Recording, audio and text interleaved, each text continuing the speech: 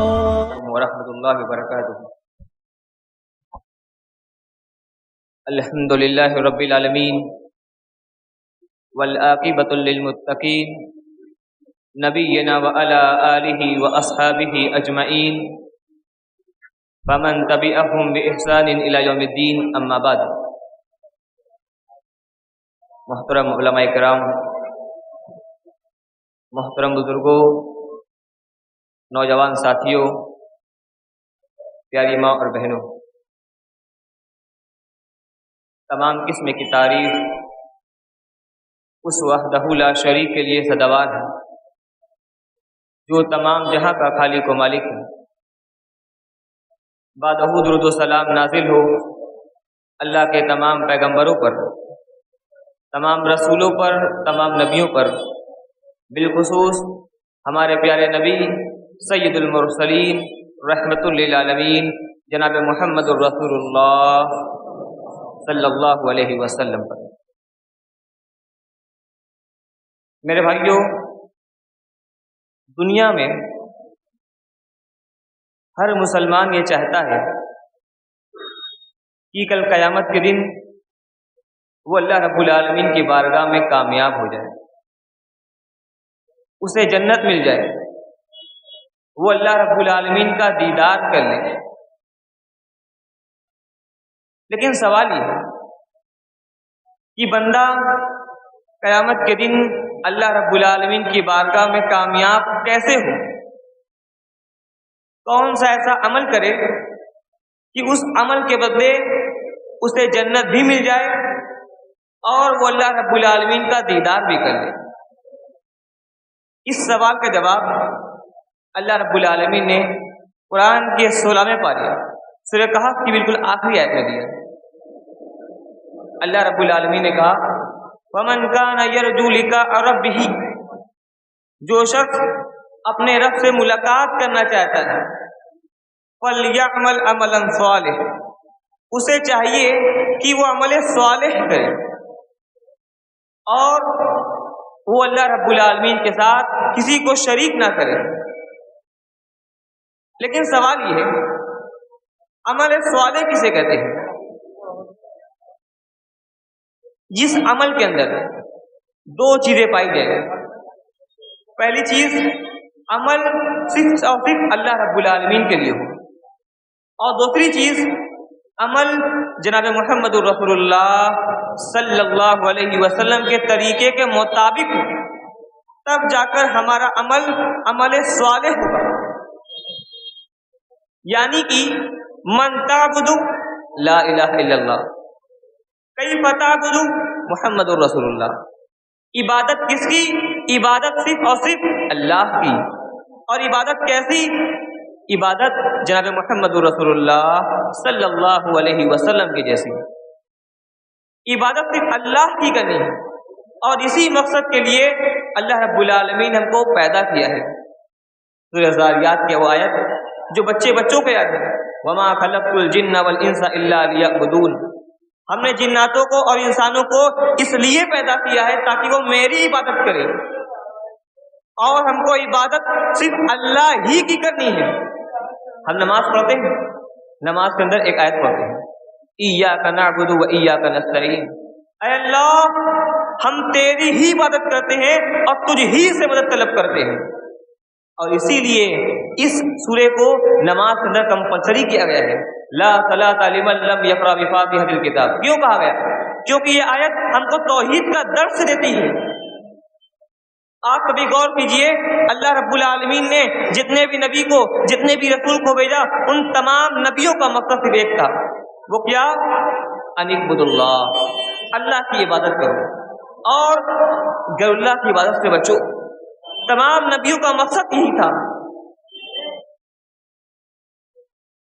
جو شخص توحید سے دور رہے گا، جو شخص شرک کرے گا، وہ شخص کبھی جنت نہیں جا سکتا۔ اسی لیے ہمارے جو سلف صالحین تھے وہ اپنی اولادوں کو نصیحت کیا کرتے تھے۔ قرآن مجید کے اندر اللہ رب العالمین کے ایک بڑے نیک بندے ہیں جن کا نام حضرت لقمان حکیم ہے۔ وہ اپنے بچوں کو نصیحت کرتے تھے، یا بنیا، اے میرے بیٹے، لا تشرک باللہ، تم اللہ کے ساتھ شرک مت کرنا، ان الشرک لظلم عظیم، کیونکہ شرک اللہ کے ساتھ ظلم ہے۔ ذرا غور کرو، اسلام ایک عام انسان کے تعلق سے کہتا ہے کسی کے ساتھ ظلم مت کرو، ذرا سوچو اگر کوئی شخص اللہ کے ساتھ ظلم کر رہا ہو اس کا کیا انجام ہوگا؟ اس کا یہی انجام ہوگا کہ وہ جنت میں نہیں جا سکتا۔ اللہ رب العالمین نے کہا ہم انسان کے تمام گناہوں کو معاف کر دیں گے لیکن ہم شرک کو معاف نہیں کریں گے۔ ان اللہ لا یغفر ان یشرک بہ ویغفر ما دون ذلک لمن یشاء، اللہ تمام گناہوں کو معاف کرے گا لیکن اللہ شرک کو معاف نہیں کرے گا۔ جب شرک کی باری آئی، اللہ رب العالمین نے ہمارے پیارے نبی جناب محمد رسول اللہ صلی اللہ علیہ وسلم کو بھی الرٹ کر دیا کہ اے نبی، اگر آپ بھی شرک کریں گے، اگر آپ بھی شرک کریں گے تو آپ بھی یہ بات یاد رکھیے، ہم آپ کے تمام اعمال کو برباد کر دیں گے۔ میرے بھائیو ذرا سوچو، وہ نبی جس کا یہ مقام ہے کہ اللہ رب العالمین نے اس نبی کا نام اپنے نام کے ساتھ ملا دیا ہو، وَرَفَعْنَا لَكَ ذِكْرَكَ، اللہ کے نبی کا نام اتنا بلند ہے کہ جب تک اذان میں ایک مؤذن اشہد ان لا الہ الا اللہ کے ساتھ اشہد ان محمد رسول اللہ نہ کہے، اذان مکمل نہیں ہوتی ہے۔ نبی کا مقام تو یہ ہے کہ اگر عرش والا محمود ہے تو عرش والا محمد ہے۔ نبی کا مقام تو یہ ہے کہ اگر عرش والا رب العالمین ہے تو عرش والا رحمت للعالمین ہے۔ یہ نبی کا مقام ہے، اس کے باوجود بھی اللہ رب العالمین نبی کو الرٹ کر رہا ہے، لئن اشرکت، اے نبی اگر آپ بھی شرک کریں گے لیحبطن عملک، ہم آپ کے تمام اعمال کو برباد کر دیں گے۔ میرے بھائیوں یہ توحید اتنی خطرناک چیز ہے، لیکن آج ہمارے معاشرے کے اندر لوگ شرک کر رہے ہیں، آج اپنی مرادیں کسی اور سے مانگ رہے ہیں، اپنا مثل کشا کسی اور کو مانا جا رہا ہے، اپنا دستگیر کسی اور کو مانا جا رہا ہے، آج یہ سر لوگ غیر اللہ کے آگے جھکا رہے ہیں۔ میرے بھائیوں اللہ تمام گناہوں کو تو معاف کرے گا لیکن اللہ شرک کو معاف نہیں کرے گا۔ اللہ اپنے ساتھ اپنی ربوبیت میں کسی کو شریک نہیں دیکھا جاتا ہے۔ میرے بھائیوں عبادت صرف اور صرف اللہ ہی کی جائے، اسی لیے اللہ رب العالمین نے تمام نبیوں اور پیغمبروں کو بھیجا تھا۔ عبادت کس کی؟ لا الہ الا اللہ۔ عبادت کیسی؟ محمد رسول اللہ صلی اللہ علیہ وسلم کی جیسی۔ اگر ہم اللہ کی محبت چاہتے ہیں تو نبی کی اتباع شرط ہے۔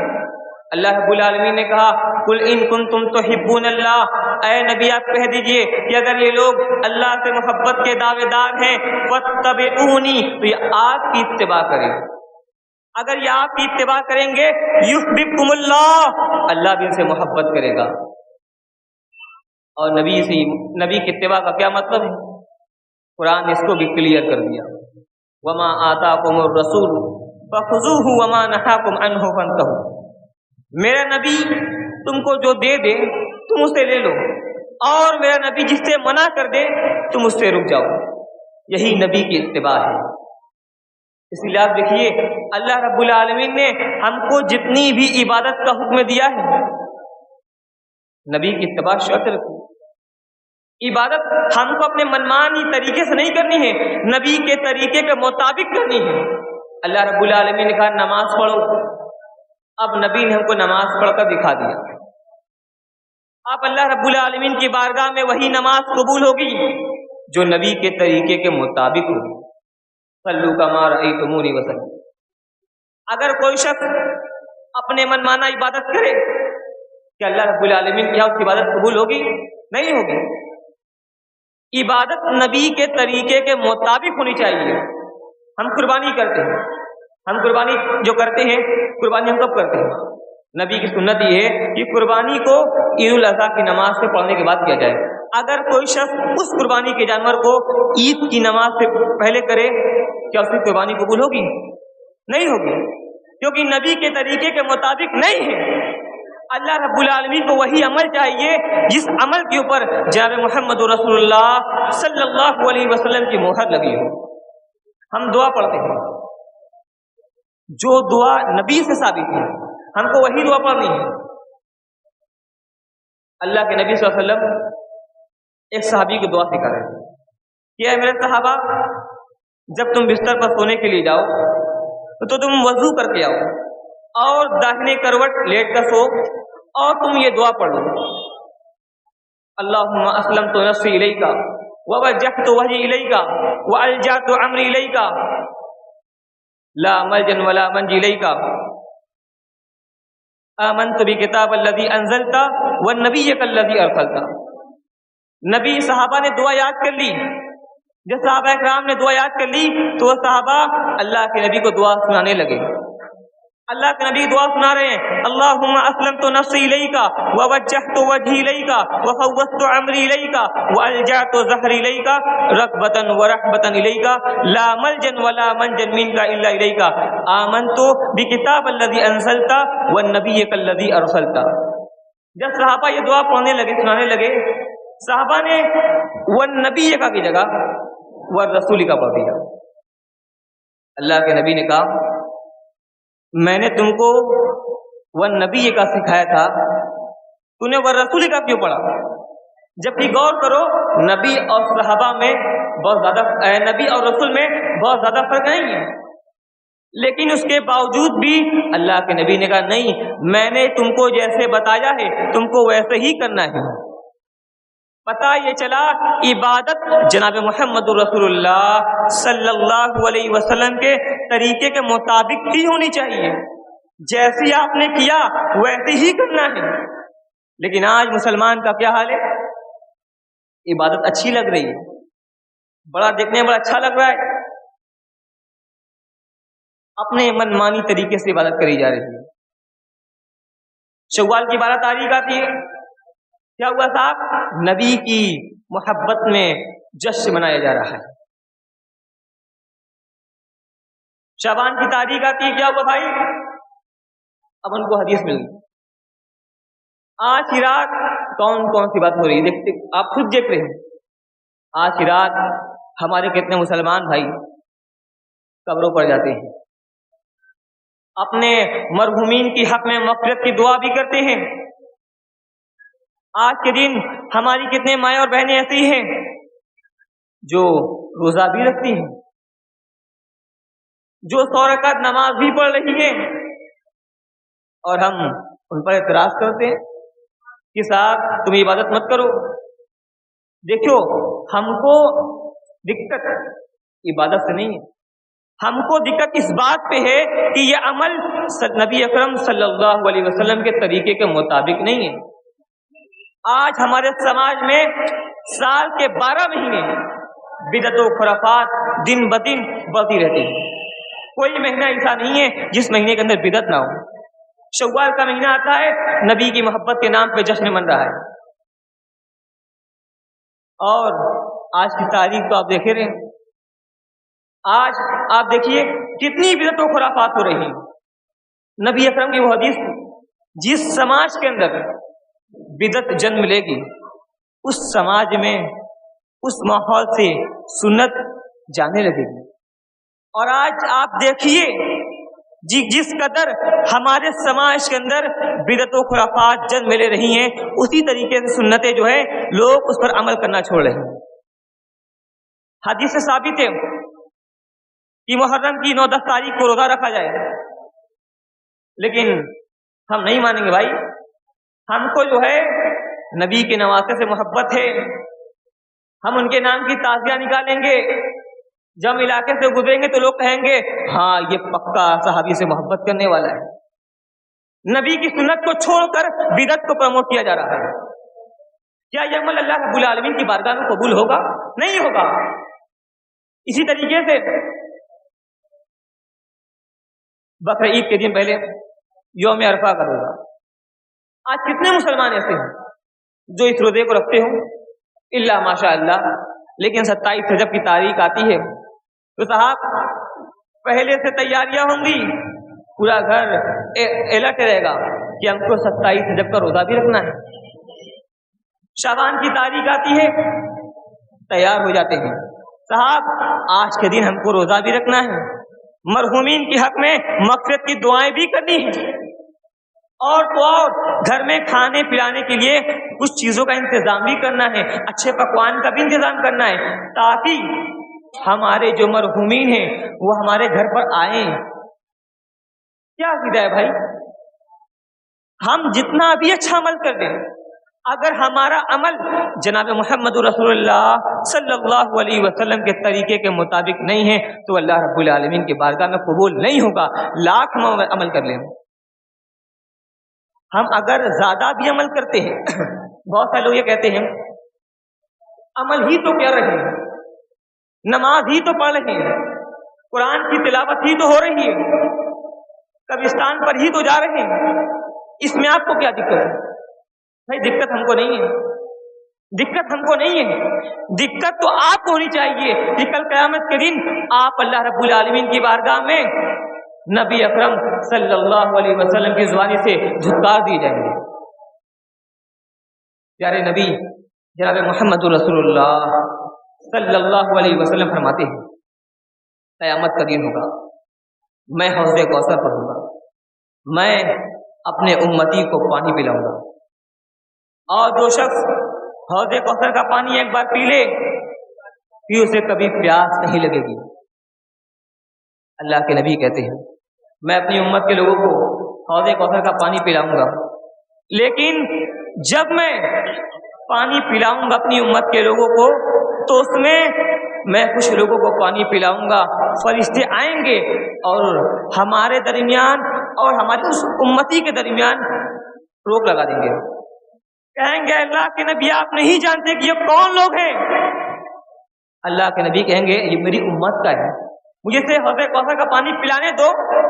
اللہ کے نبی کے کہیں گے، صحابہ کرام کہیں گے اے اللہ کے رسول آپ نہیں جانتے کہ یہ وہی لوگ ہیں جو آپ کے انتقال کے بعد آپ کے دین کے اندر نئی نئی چیزوں کو جنم دیا کرتے تھے۔ اللہ کے نبی کہیں گے اچھا یہ بدعتی لوگ ہیں؟ اللہ کے نبی کہیں گے سحقن سحقن لمن غیر آبادی، جاؤ ان کو جہنم میں لے کر جاؤ۔ کتنا خطرناک جو میرے بھائیو بدعت، دین کے اندر نئی کام نیا چیز ایجاد کرنا، دین کے اندر نئی عبادت کو جنم دینا، یہ بدعت ہے۔ اور اللہ کے نبی صلی اللہ علیہ وسلم اپنے ہر خطبے کے اندر یہ بات کہا کرتے تھے وَكُلُّ بِدْعَةٍ ضَلَالَةٍ، ہر بدعت گمراہی ہے، وَكُلُّ ضَلَالَةٍ فِي النَّارِ، اور ہر گمراہی جہنم میں لے کر جائے گی، کیونکہ بدعت کرنے والا بدعتی یہ اللہ کے نبی کی ذات پر ایک بلیم کرتا ہے کہ نعوذ باللہ اللہ کے نبی نے ہم تک پورا دین کو نہیں پہنچایا ہے، جبکہ اللہ کے نبی نے حجۃ الوداع کے موقع پر 1.25 لاکھ صحابہ اکرام کے مجمع میں کہہ دیا تھا الیوم اکملت لکم دینکم، اے میرے صحابہ آج میں نے تم تک اپنے دین کو پہنچا دیا ہے۔ میرے بھائیوں یہ چند باتیں تھیں، وقت یاد نہیں دیتا ہے، یہی ساری بات کو ختم کرتا ہوں اور آخر میں اللہ رب العالمین سے دعا کرتا ہوں رب العالمین تو ہم سب کو کہی ہوئی باتوں پر عمل کرنے کی توفیق عطا فرما، رب العالمین تو ہم سب کو جب بھی دنیا سے اٹھا ہمارے پل میں توحید پر اٹھا، آمین۔ وآخر دعوانا الحمدللہ رب العالمین، والسلام علیکم ورحمۃ اللہ وبرکاتہ۔